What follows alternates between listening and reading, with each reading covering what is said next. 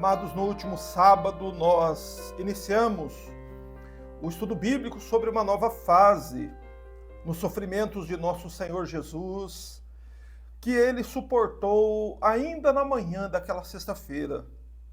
Nós falamos sobre a dolorosa e humilhante caminhada do Senhor Jesus, do pretório de Pilatos até o Calvário.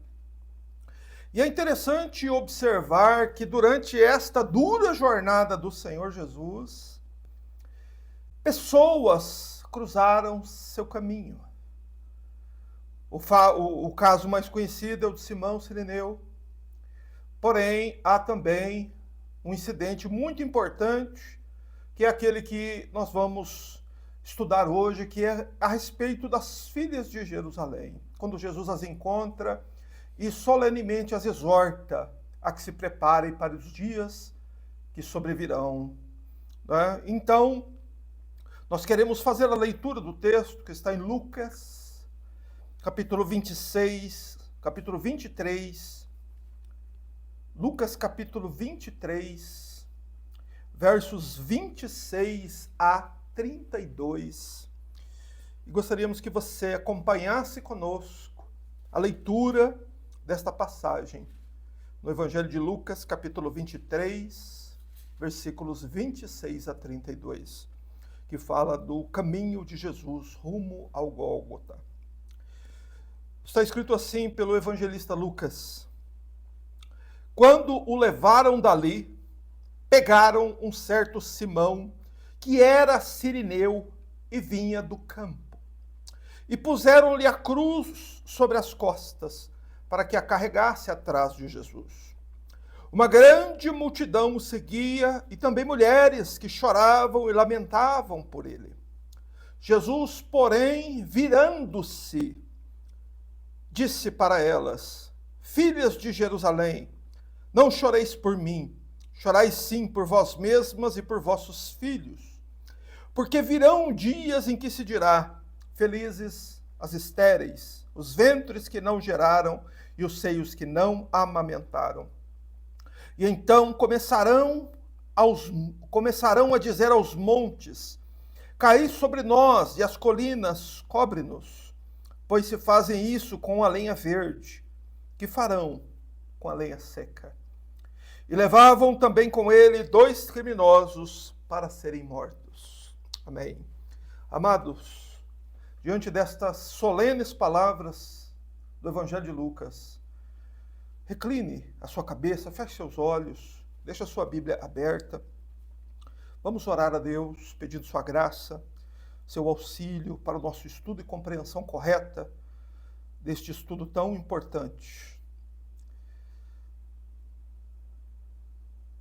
Santo Deus, nosso soberano e bendito Pai, a Ti, Senhor, adoramos, pois estamos mais uma vez, Senhor, diante de Ti, Senhor, diante da Tua santa palavra, diante do Evangelho, da graça de Deus, que tanto nos ensina a respeito da vida eterna e da salvação, Senhor, da alma de todo aquele que crê. Do Evangelho, Senhor, que de acordo com a Tua própria palavra nos ensina que é o poder de Deus para a salvação de todo aquele que crê. Senhor, e sabemos que sem o Evangelho, Senhor, é impossível que uma alma seja salva. Pois, Senhor, é a fé no Evangelho, é crer naquilo que a Escritura diz, que traz a bendita graça e a salvação aos homens. Ajuda-nos, Senhor, por Tua graça e bondade, para que tenhamos mentes esclarecidas e o nosso coração, mais uma vez, seja exercitado nas palavras do Evangelho. Que possamos acompanhar Teu Filho, Senhor, que percorreu a dura jornada do pretório ao Calvário, e possamos entender as razões pelas quais ele se encontrou com as pessoas que encontrou naquele caminho. Que o Senhor nos ajude a entender estas coisas e compreender as lições espirituais aqui inseridas. Que o Espírito de Deus nos auxilie, nos guie na verdade. Que o Senhor nos abençoe para a glória do Teu nome. Nós oramos em nome do Senhor Jesus. Amém. Louvado seja Deus. Irmãos, e o primeiro ponto que nós devemos observar é que Lucas, ele registra quem foram as pessoas que seguiram o Senhor Jesus pela Via Dolorosa. Quem eram as pessoas que estavam com o Senhor Jesus naquele trajeto do pretório ao Calvário? Em primeiro lugar, nós devemos entender que haviam os soldados que foram encarregados por Pôncio Pilatos para a crucificação do Senhor Jesus. Então, os soldados romanos estavam caminhando junto de Jesus ali pela Via Dolorosa, porque eles eram encarregados pela crucificação do Senhor Jesus. Por isso o verso 26 diz assim, quando o levaram dali. Então, o verso 26 nos informa que alguém levou Jesus do pretório em direção ao Calvário. E estes foram os soldados romanos. E foram estes soldados também que escolheram Simão Cirineu e o obrigaram a carregar a cruz atrás de Jesus, como nos diz o verso 26. Então, os soldados romanos foram os que levaram Jesus pela Via Dolorosa e aqueles que escolheram Simão Cirineu e o obrigaram a levar a cruz atrás do Senhor Jesus. Mas o verso 27 nos dá uma informação importante, que havia também junto, caminhando ali na Via Dolorosa, uma numerosa multidão, ou uma grande multidão. Uma grande multidão o seguia, nos registra o evangelista Lucas. O que esta grande multidão estava fazendo ali na Via Dolorosa? Eles estavam acompanhando o cortejo sangrento. Eles estavam acompanhando, eles estavam indo assistir a crucificação. E Lucas registra essa grande multidão seguindo o cortejo por um propósito muito importante. É que no verso 48, na Almeida Corrigida Fiel, nos diz que esta multidão estava indo para ver a crucificação, e a crucificação para eles era uma espécie de espetáculo. Eles estavam indo ver um espetáculo. Então, a cruz, para eles, a crucificação do Senhor Jesus, para a multidão, preste atenção, era um espetáculo. Era como um entretenimento maligno, algo terrível da inclinação do coração humano, de assistir, do desejo de ver alguém morrer crucificado. Mas diz também, em quarto lugar aí, Lucas nos informa que havia também, no verso 32, que os soldados também levavam 2 ladrões, 2 criminosos para serem mortos, e nós sabemos pela narrativa bíblica que eles foram crucificados lá no Gólgota com o Senhor Jesus, um à direita e outro à esquerda. Mas subitamente nós vemos que Lucas nos diz, também no verso 27, que junto com a multidão havia também mulheres que choravam e lamentavam por ele. Então, junto com a multidão, Jesus ali carregando a sua cruz, com seu corpo todo machucado, ferido e sangrando. Havia os soldados, haviam os ladrões, havia uma numerosa multidão, milhares de pessoas curiosas, e desejosas de assistir à crucificação do Senhor Jesus. Mas no meio de tudo isso havia um grupo de mulheres. E nós devemos saber quem são essas mulheres. Por que elas choram enquanto vem o Senhor Jesus carregando a cruz na Via Dolorosa? E o fato mais importante, por que o Senhor Jesus fala com elas, estando ele sob os mais terríveis e intensos tormentos? Por que o Senhor Jesus fala com estas mulheres, sendo que ele não trocou uma palavra com Simão Cirineu? Ele não disse, não respondeu nada a ninguém, porém o Senhor Jesus conversa com essas mulheres na Via Dolorosa. Quem são essas mulheres? O próprio Senhor Jesus nos informa no verso seguinte, o verso 28, ele mesmo as chama de filhas de Jerusalém. Então nós devemos entender, aqui o momento, o que está acontecendo. Enquanto o Senhor Jesus Cristo caminha firme em direção ao Calvário para cumprir a obra que ele recebeu de Deus, o nosso Pai, para realizar, no momento da sua mais intensa dor e sofrimento, quando todos os seus discípulos o abandonaram, surgem mulheres que se posicionam publicamente ao lado do Senhor Jesus. E nós devemos entender quem são elas e por que elas agiram assim. Jesus as chama de filhas de Jerusalém. E o Senhor Jesus nos informa também que elas estavam chorando por causa dele. No verso 28, o Senhor Jesus diz: não chorem por mim. Então, a razão, o motivo delas estarem chorando e lamentando, né, em algumas versões mais antigas dizia que elas batiam no peito, lamentando num ato assim de extrema lamentação pelas coisas que estão acontecendo. O Senhor Jesus nos informa que elas estão chorando por causa dele. Mas agora observe o contexto. Enquanto milhares de pessoas estão ali vendo as mesmas coisas que essas mulheres, e milhares de pessoas, sendo ali a multidão, os soldados e os ladrões, não manifestam qualquer sentimento com relação aos terríveis sofrimentos que Cristo suporta. Para a multidão, por exemplo, tudo ali não passa de entretenimento, enquanto para a multidão, os soldados e os ladrões, eles veem o sofrimento de Cristo com indiferença. Essas mulheres demonstram uma grande aflição devido às injustiças que foram cometidas contra Jesus naquele dia. Porém, nós precisamos falar um ponto importante. Essas mulheres, essas filhas de Jerusalém, elas não são discípulas de Jesus. Elas não eram mulheres convertidas a Cristo, não eram mulheres que tinham se convertido a Cristo. Isso precisa ficar bem claro. Elas não eram mulheres crentes, isso é que nós precisamos deixar claro. Não é?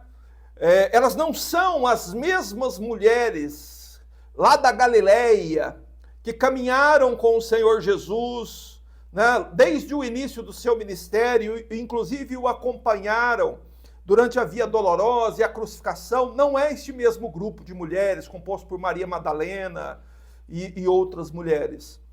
Estas não são mulheres galileias, são filhas de Jerusalém. Então o Senhor Jesus está, de forma graciosa, separando, mostrando para nós que não se trata daquelas mulheres galileias que andaram com o Senhor Jesus durante o seu ministério.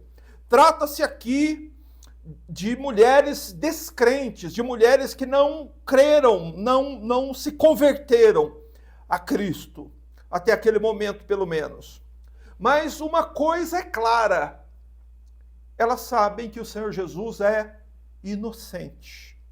E que os sofrimentos que ele está suportando, os sofrimentos que os homens estão impondo a ele, são injustos. E elas choram porque elas sentem toda a miséria que recaiu sobre o nosso bendito Salvador. Porém, sem entender as razões pelas quais ele está sofrendo.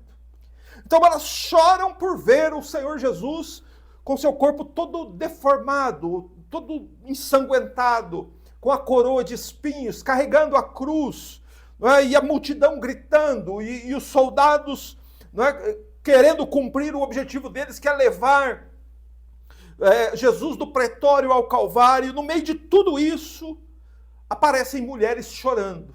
Só que elas estão chorando sem compreender os motivos pelas quais o Senhor Jesus está sofrendo todo este sofrimento. Porque o Senhor Jesus está suportando todas estas dores. Elas não entendem isso. Por isso, o verso 28 nos diz um detalhe muito importante. Na minha versão, que é o meio do século 21, que eu sempre faço os nossos estudos aqui, nos diz assim: Jesus, porém, virando-se, presta atenção nesse detalhe, Jesus, porém, virando-se para elas, disse. Não é? Note que Cristo, ele não interrompeu a caminhada para falar com elas. Porém, Cristo, carregando a sua cruz com Simão Cirineu, né, levando a parte de trás da cruz, Cristo vira a sua cabeça e vê as filhas de Jerusalém e fala com elas.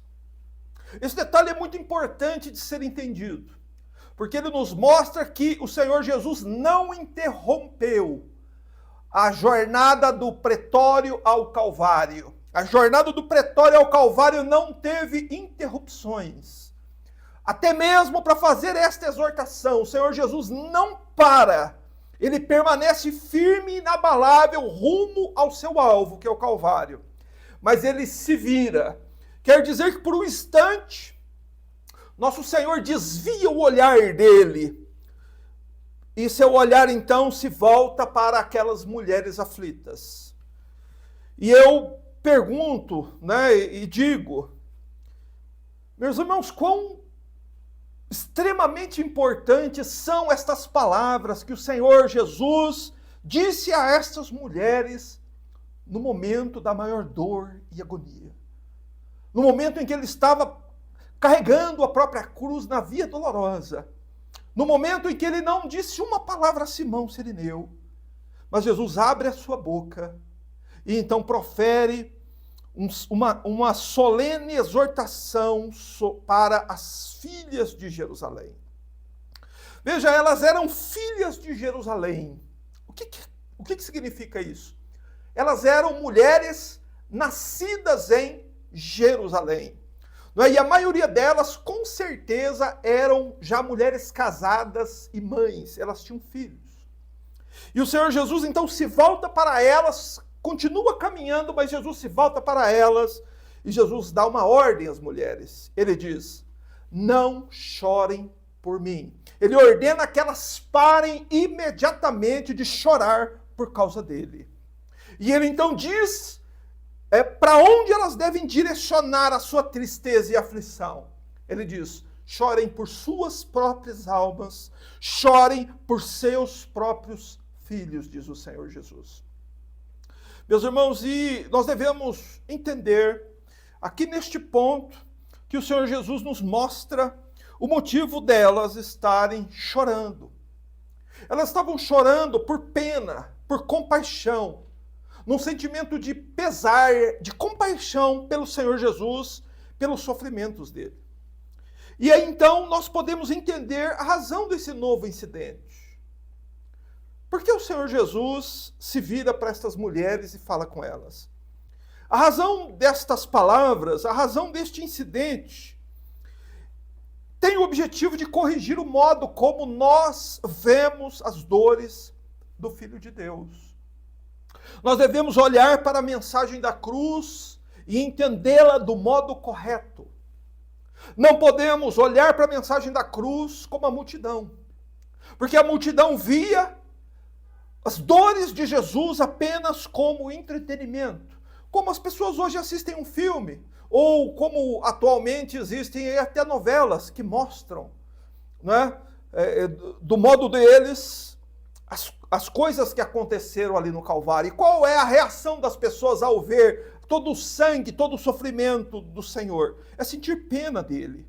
Mas nós não podemos nem sentir pena, não é esse o propósito dos sofrimentos de Cristo, muito menos ver os sofrimentos dele como entretenimento. Nós precisamos entender que Jesus, ele não precisa da nossa compaixão. Somos nós que precisamos da compaixão dele. As mulheres, a perspectiva dessas mulheres sobre o Senhor Jesus, ali todo surrado, carregando a cruz, caminhando para o Gólgota, o que é que elas entendiam? Qual era a opinião delas a respeito do que estava acontecendo? Cristo estava desamparado, Cristo estava impotente, porém nós sabemos que ele não estava. Nós sabemos que o próprio Senhor Jesus, ele conhecia todos os sofrimentos que ele suportaria com antecedência. E antecedência, né, nós podemos dizer assim que ele já sabia de tudo desde antes da fundação do mundo. Porque Apocalipse 13:8 nos diz que o Cordeiro foi morto antes da fundação do mundo. Quer dizer que tudo já estava estabelecido. O plano redentor de Deus colocado sobre o Senhor Jesus, o qual ele estava cumprindo naquela sexta-feira de manhã, né? Era algo que já estava pré-estabelecido e o Senhor Jesus o conhecia detalhadamente. Tanto que algumas vezes no Evangelho você encontra, pelo menos 3 vezes, você encontra o Senhor Jesus ensinando os discípulos assim, dizendo coisas assim, né? Como Mateus capítulo 20, verso 17 nos informa, que o Senhor Jesus estava subindo para Jerusalém. Por que ele estava subindo para Jerusalém? Quando ele subia para Jerusalém, ele chamou os 12 discípulos, e em particular, enquanto caminhava com eles, Jesus disse: nós estamos indo para Jerusalém, onde o Filho do Homem será entregue aos principais sacerdotes, aos escribas, e eles o condenarão à morte. E o entregarão aos gentios para que zombem dele, o açoitem e o crucifiquem, mas ao terceiro dia ele ressuscitará. Louvado seja Deus. Então o Senhor Jesus conhecia detalhadamente e antecipadamente todos os sofrimentos que ele iria suportar.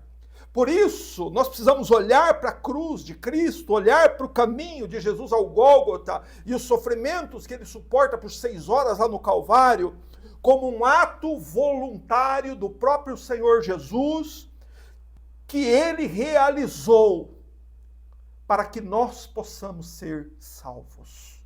Essa é a razão pela qual Cristo suportou a cruz. Ele sabia detalhadamente como ele iria morrer e também o modo como ele iria ressuscitar.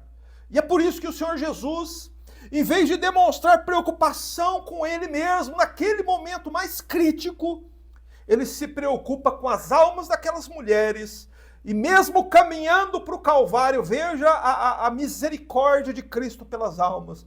Mesmo caminhando para o Calvário, sob as vaias e os xingamentos da multidão, sob os chicotes dos soldados, sob o peso do lenho maldito, Jesus Cristo continua caminhando ao Calvário, olha para elas, preocupados com as almas destas mulheres, e diz a elas: não chorem por mim, chorem por si mesmas, chorem por seus filhos, sintam pena não de mim, sintam pena das suas próprias almas, sintam pena das almas dos teus filhos.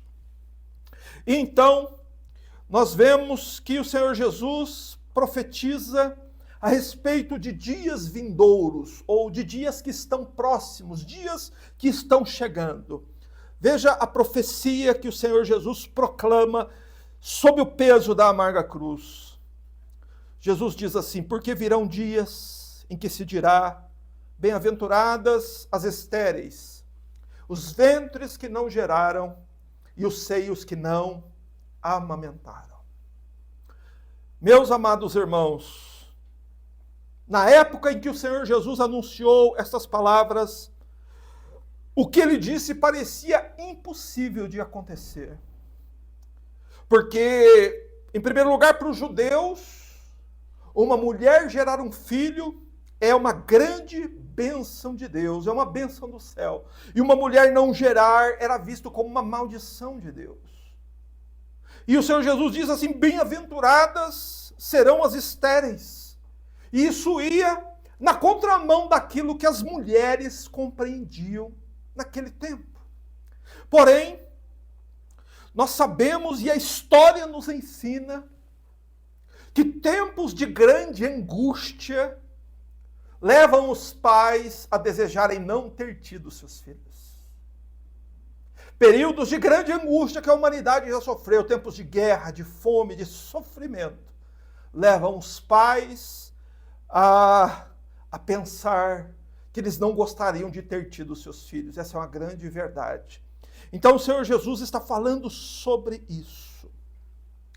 Meus irmãos, e eu gostaria que você entendesse uma coisa importantíssima, não é? Sobre as palavras que o Senhor Jesus aqui disse. Jesus profetizou que virão dias em que se dirá: bem-aventuradas as estéreis, bem-aventuradas, felizes é as mulheres que não tiveram filhos, felizes são os ventres estéreis, não é? Porque virão dias difíceis pela frente, diz o Senhor. Mas veja, amados, como as pessoas gostam de ouvir que tudo vai acabar bem, tudo vai dar certo. Não é as palavras que agradam o coração dos tolos. Essa é a ladainha dos tolos. Tudo vai dar certo, tudo vai terminar bem. Porém, seja sábio. Seja sábio. Ouça o que diz o Filho de Deus na hora da sua mais extrema dor e agonia, quando ele estava sob o peso do lenho. Jesus Cristo diz às mulheres e a nós: se preparem para os dias que estão vindo por aí. Meus irmãos, entenda que para o povo de Cristo, para a igreja do Senhor, para todos aqueles que foram comprados pelo sangue lá da cruz, não é tempo de se alegrar. É tempo sim de chorar. É tempo de você chorar pela sua própria alma. É tempo de você se ajoelhar e chorar pelas almas dos seus filhos. É tempo de você chorar pelos seus queridos.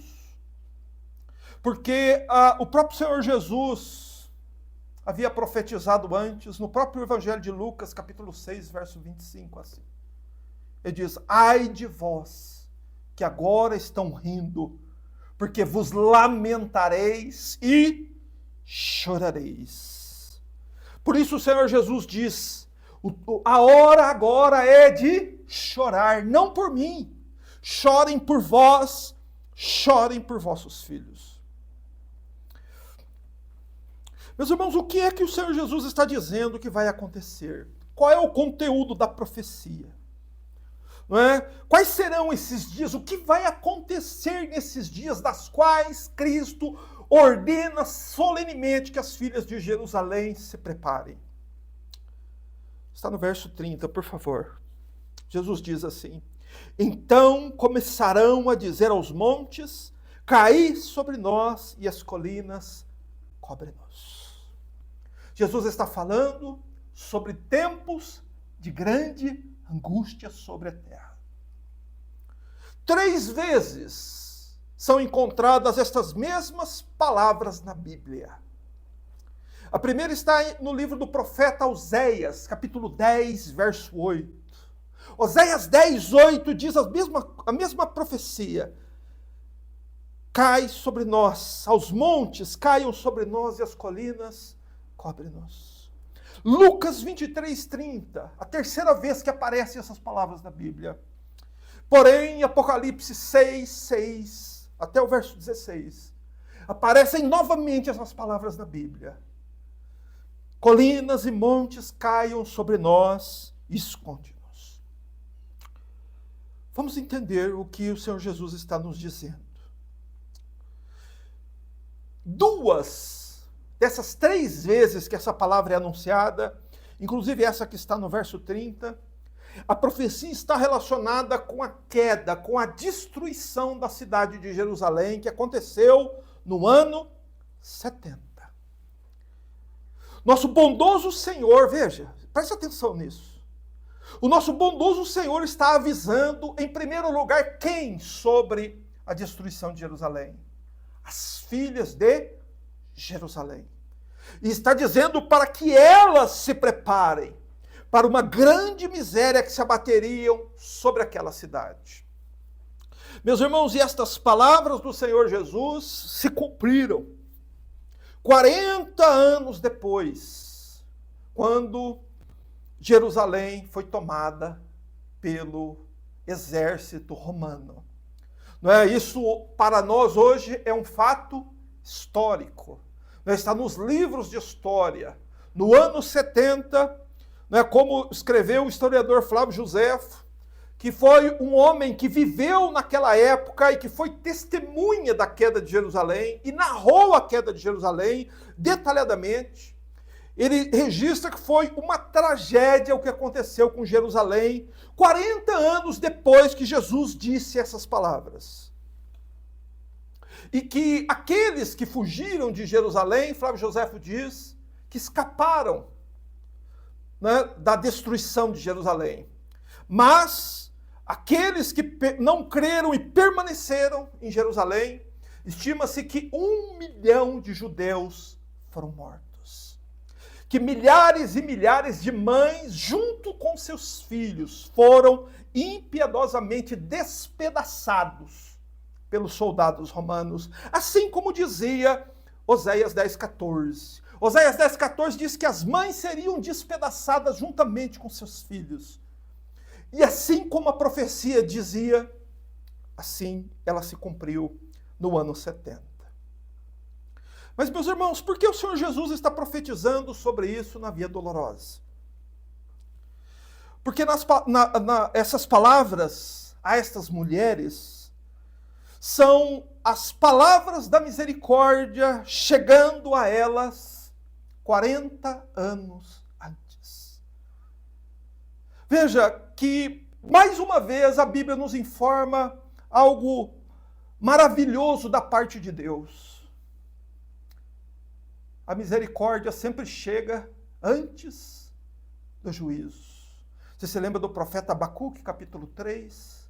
A misericórdia sempre vem antes do juízo.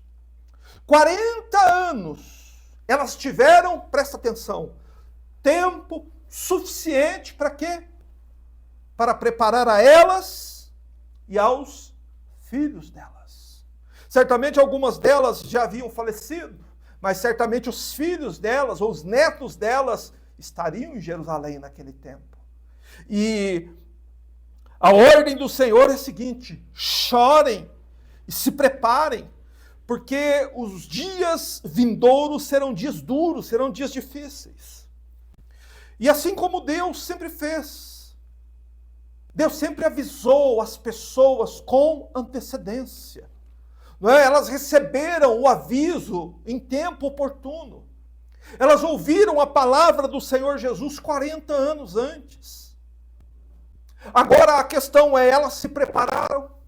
Algumas delas deram ouvidos à voz do Senhor e se prepararam. Algumas delas deram ouvidos ao alerta de Cristo e prepararam seus filhos. Ou essas mulheres simplesmente continuaram chorando e lamentando pelo Senhor Jesus. Meus irmãos, entendam uma coisa. O Senhor Deus sempre age assim. O Senhor Deus sempre manda a misericórdia antes do juízo. O Senhor Deus sempre envia a mensagem, a profecia, o profeta antes que chegue o julgamento. Por isso Cristo aqui, sob o peso da cruz, 40 anos antes, avisa a essas mulheres acerca das coisas que elas deveriam se preparar. Que elas deveriam preparar a si mesmas e os seus filhos, e o preparativo não se daria de outro jeito.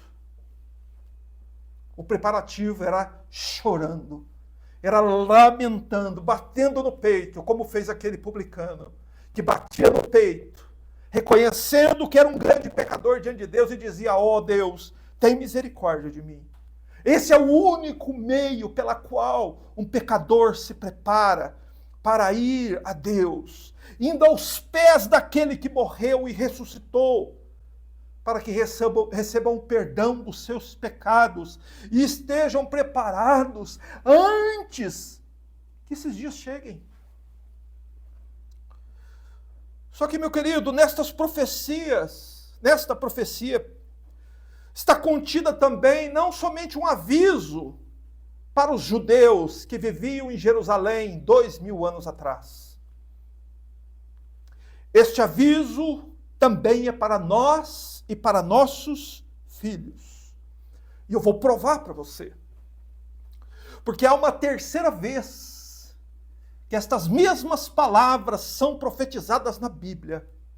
Porém, essa terceira profecia ainda não se cumpriu.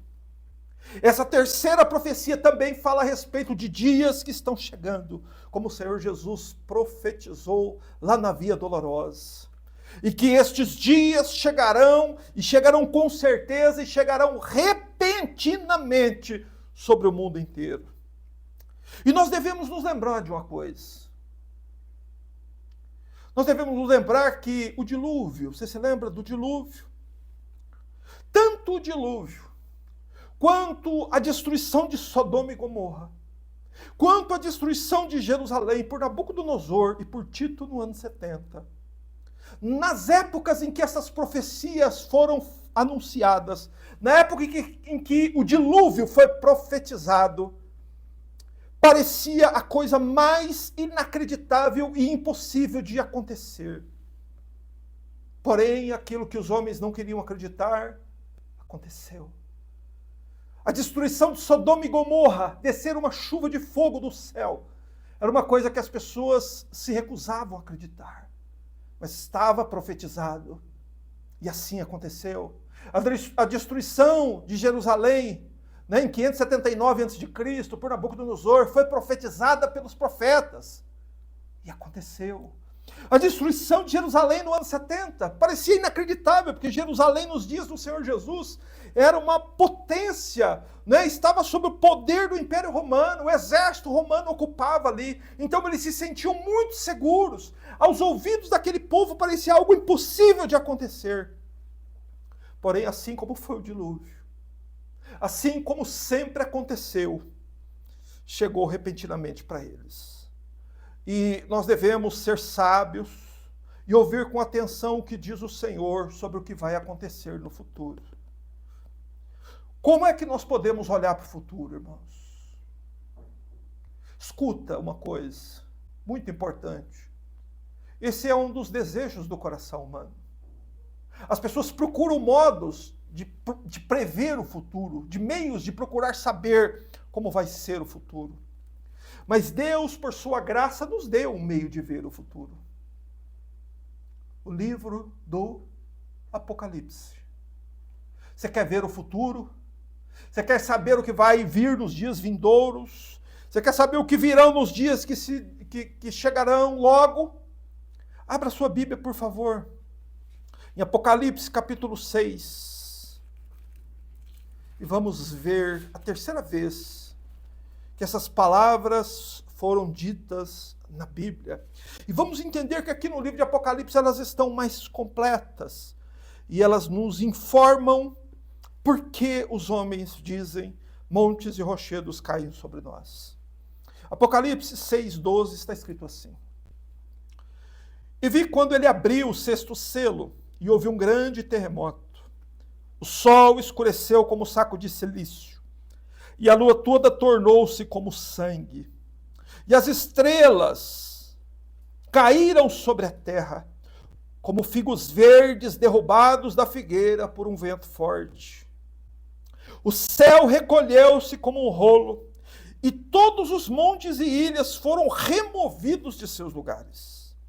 E os reis da terra, os nobres, os chefes militares, os ricos, os poderosos, todo escravo e todo homem livre esconderam-se nas cavernas e nas rochas das montanhas e diziam aos montes e rochedos: caí sobre nós e esconde-nos da face do que está assentado no trono e da ira do Cordeiro, porque chegou o dia da sua ira e quem poderá subsistir, quem poderá ficar parado? Meus irmãos, aqui estão apresentados os motivos pelas quais os homens desejarão, naquele dia, serem soterrados por uma grande montanha, no momento em que esta profecia se cumprir. Olhe para o futuro e veja o que vai acontecer com todo pecador que não se afligir, que não chorar por seus pecados, e buscar a misericórdia de Deus enquanto ela está sendo oferecida. Veja aqui, na profecia de Apocalipse 6, capítulo 12, capítulo 6, versos 12 e 13 e 14, você percebe que tudo que parece agora sólido e firme, naquele dia, será tremendamente abalado. A terra que agora está firme, parada, os prédios estão de pé. Haverá um grande temor, a terra vai tremer. O sol, que há milhares de anos se levanta do Oriente, se põe no Ocidente, vai escurecer. A lua vai se tornar como sangue, e as estrelas retirarão o seu resplendor. As montanhas que parecem firmes e inabaláveis, que nunca se moveram do seu lugar, a Bíblia diz que todas elas serão retiradas, removidas do seu lugar, e as ilhas que estão colocadas lá no meio do mar há milhares de anos, todas serão removidas do seu lugar. Então haverá um grande abalo no céu e na terra quando estas coisas acontecerem. E a reação natural do pecador quando vir essas coisas será a de tentar fugir e se esconder.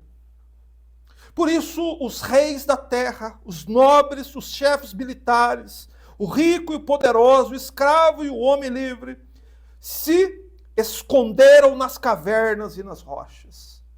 Veja que eles reagiram exatamente como Adão reagiu no jardim. É exatamente assim que um pecador endurecido, não arrependido, incrédulo, vai reagir quando esta profecia se cumprir. Quando as palavras do próprio Filho de Deus se cumprirem. Porque ele anunciou, pecador, uma coisa que você deve gravar bem no seu coração. Que o céu e a terra passarão, mas as palavras dele irão permanecer. O céu vai passar, a terra que você agora confia vai passar.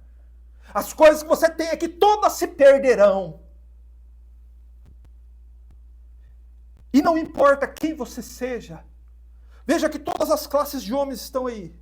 Os reis da terra, os nobres, os chefes militares, os ricos e os poderosos.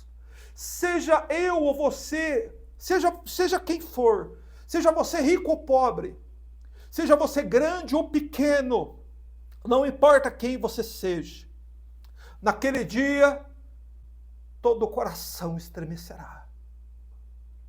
Meus irmãos, e os homens desejarão ardentemente se esconder, ou morrerem soterrados, desejando que as montanhas venham sobre eles. Porém, a Bíblia nos diz que até as montanhas vão fugir deles. O próprio livro de Apocalipse diz que eles desejarão ardentemente a morte, mas a morte fugirá deles.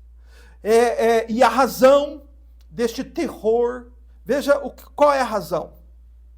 No verso 16, eles diziam aos montes e os rochedos, caiam sobre nós, esconde-nos da face do que está assentado no trono e da ira do Cordeiro. O que é que o mundo inteiro vai ver neste dia? Vai ver a face daquele que está assentado no trono. Vai ver a face da glória do Deus Altíssimo.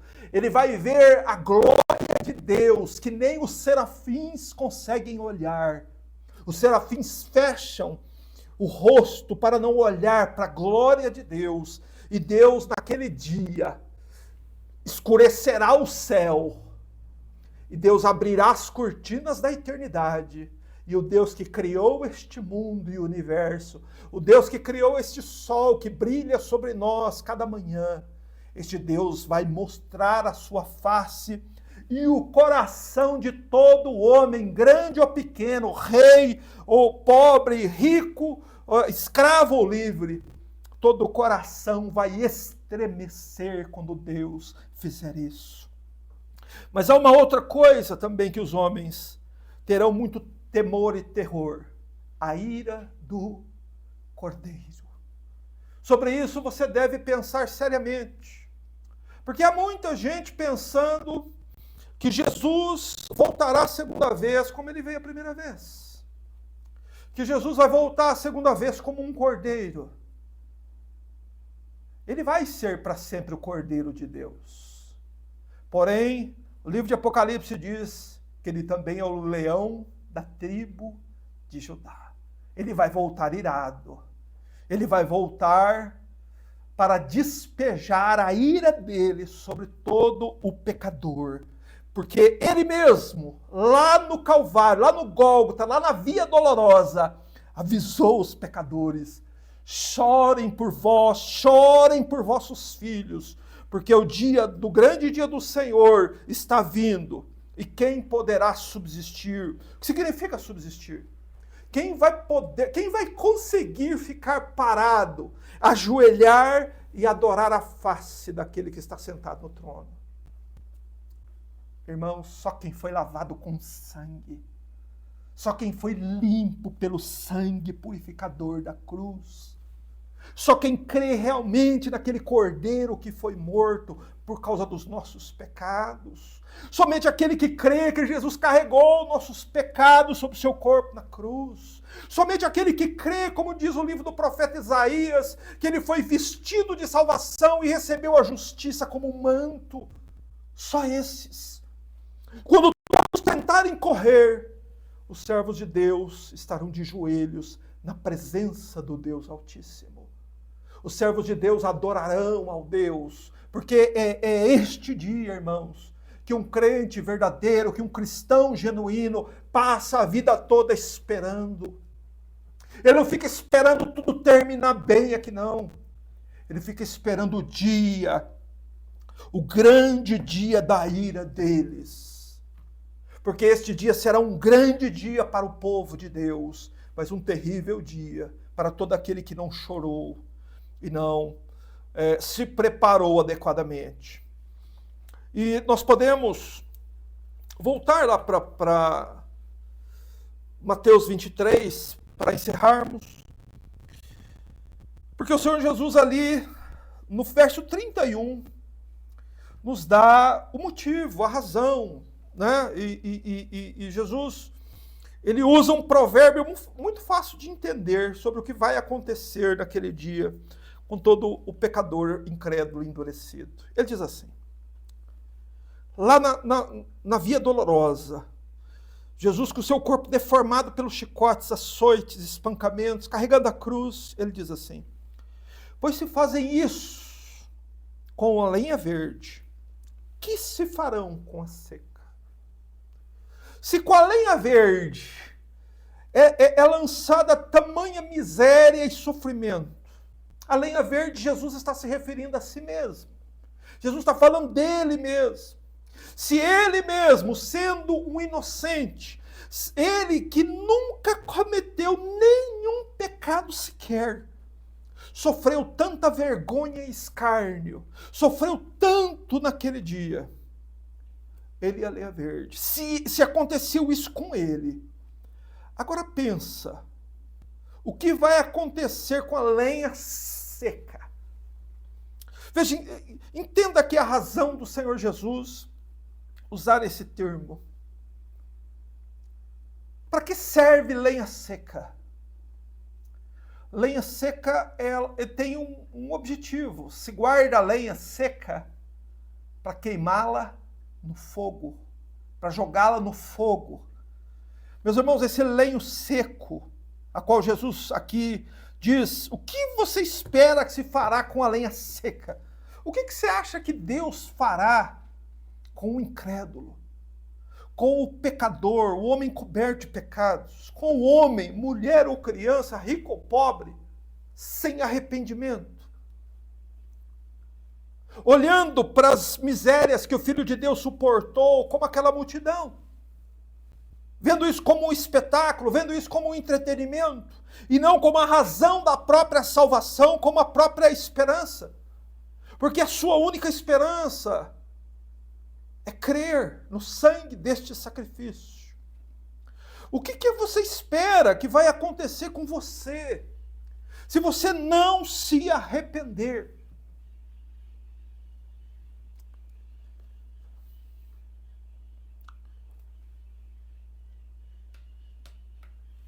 Irmão, entenda, em primeiro lugar, começando as minhas aplicações aqui. Estas palavras do Senhor Jesus para as filhas de Jerusalém tem um objetivo. O primeiro objetivo dessas palavras é corrigir o modo como nós olhamos para a cruz. O Senhor Jesus não era um sofredor impotente. Ele era um sofredor todo-poderoso. Ele era um sofredor voluntário. Ele era um sofredor substituto. Ele estava suportando a amarga cruz por nossa causa. Assim como o escritor deste louvor que nós cantamos no início, escreveu assim: foi tudo em me resgatar. Ele entendeu que Cristo sofreu para resgatá-lo.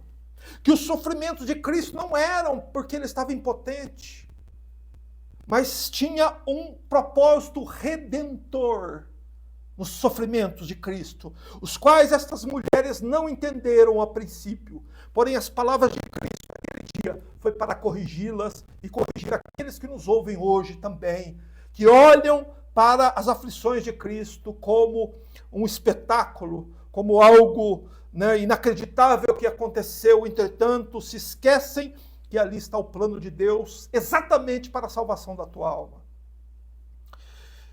Em segundo lugar, que Jesus estava morrendo por amor e compaixão de nós. Você entende? As mulheres estavam sentindo compaixão dele, mas ele estava morrendo por compaixão das nossas próprias almas. Ele não precisa da nossa compaixão. Ele não precisa que você chore porque ele sofreu.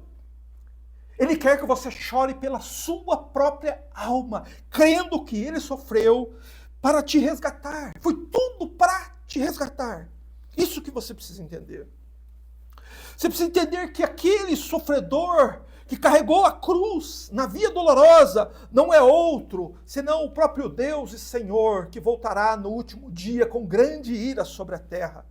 E que ele morreu, sim, ele morreu pregado naquela cruz, mas que ele ressuscitou, como ele anunciou. E ele vai voltar para este mundo, mas ele vai voltar como a própria profecia de Apocalipse diz, que o Cordeiro voltará irado.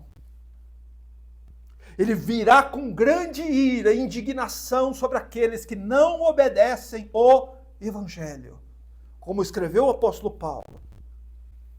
Meus irmãos, e nós é que carecemos da compaixão dele, e não ele da nossa. A respeito disso, há um cego, mendigo que pode te ensinar. Porque o Evangelho de Lucas relata que um cego mendigo orou, gritou para o Senhor Jesus assim: Jesus, filho de Davi, tem compaixão de mim. Ele entendeu que era ele que precisava da compaixão de Cristo, e não Cristo da compaixão dele. Você já entendeu isso? O quanto que você precisa disso? Meu irmão, 1 milhão de pessoas em Jerusalém não deram ouvidos à palavra de Cristo. Morreram, despedaçados por um exército opressor. Mas eu garanto para você que algo bem pior está vindo por aí. E nós, uma grande fornalha já está acesa. Sabe quem é a lenha da fornalha? A lenha seca? Que Deus vai ajuntar e enviar os anjos e recolher atado em feixes e lançar para dentro da fornalha. Somos nós, os pecadores. Nós somos, nascemos preparados para sermos ajuntados e queimados na fornalha. Mas, meus irmãos, há uma esperança. Há um escape. Há um meio de sermos salvos da ira vindoura. Há um meio de você escapar das coisas que vão sobrevir repentinamente por este mundo. Meus irmãos, e este meio é arrependimento e fé. Chorai por vós, se arrependa. Creia no que a Bíblia diz. Nem por um instante duvide que o que a Bíblia diz É verdade. Porque todo miserável pecador que fez isso descobriu que a Bíblia é verdadeira da pior forma possível. Lá na arca, muitos ficaram para fora. Em Sodoma foram queimados com fogo e enxofre. Em Jerusalém, no ano 570, foram destroçados por Nabucodonosor e seu exército. Em 579, no ano 70, foram destroçados pelo general Tito e seu exército.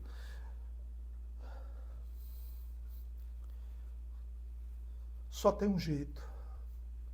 Esses olhos secos vão precisar brotar lágrimas, lágrimas de arrependimento. Chore por seus pecados. Veja a misericórdia de Cristo, que no meio dos seus sofrimentos para avisar um grupo de mulheres. E o mesmo ocorre com todos nós hoje. Deus nos oferta a sua misericórdia antes que os dias da ira cheguem. Mas se você recusar a oferta, irmãos e meu irmão, o que vai te salvar naquele dia?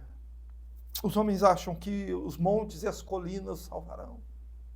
O livro do profeta Isaías diz que os homens tinham feito uma aliança com a morte, com o Hades, que não os tomaria. E a profecia alerta os homens, cuidado, porque não há escape a não ser Cristo. Se arrependa e tenha expectativas corretas a respeito do futuro. Este chão que você agora confia vai estremecer, o mar vai enfurecer, os montes vão sair do lugar, as estrelas retirarão o seu resplendor, o céu vai escurecer, se retirar como um rolo. E Cristo vai vir com poder e grande glória, e os homens verão a face do Deus Altíssimo. Meus irmãos, e o que será de nós naquele dia? Por isso, feche os seus olhos e se prepare, porque tudo foi para te resgatar. Porém, você tem que crer e você tem que se arrepender. Depois você tem que carregar a sua cruz até o fim. Ore ao Senhor, peça misericórdia, porque ela está à sua disposição hoje. Porém, não se sabe se estará à sua disposição amanhã. Graças te damos, nosso Redentor bendito, nosso Salvador todo-poderoso e onipotente, porque cremos verdadeiramente, Senhor, tu caminhastes firme e resoluto por todo aquele caminho, do pretório onde fostes tremendamente espancado e humilhado, até o Calvário, onde fostes, Senhor, pregado com pregos e tendo teu corpo exposto nu diante de uma multidão. E sabemos, Senhor, que tu sangraste e agonizaste ali por 6 longas e intermináveis horas. E tudo foi para nos resgatar, Senhor, para nos dar esperança e que nós possamos colocar o nosso coração nestas coisas e preparar-nos para os dias que estão chegando. Que o Senhor nos conceda graça, nos abençoe, iluminando o nosso coração, a nossa mente, dando-nos, Senhor, temor e tremor diante da Tua palavra. E que nós, como diz o profeta Isaías, possamos temer a Deus e tremer diante dos Teus juízos, para a glória do Teu nome, Senhor. Graças te damos, ó Cristo. Amém.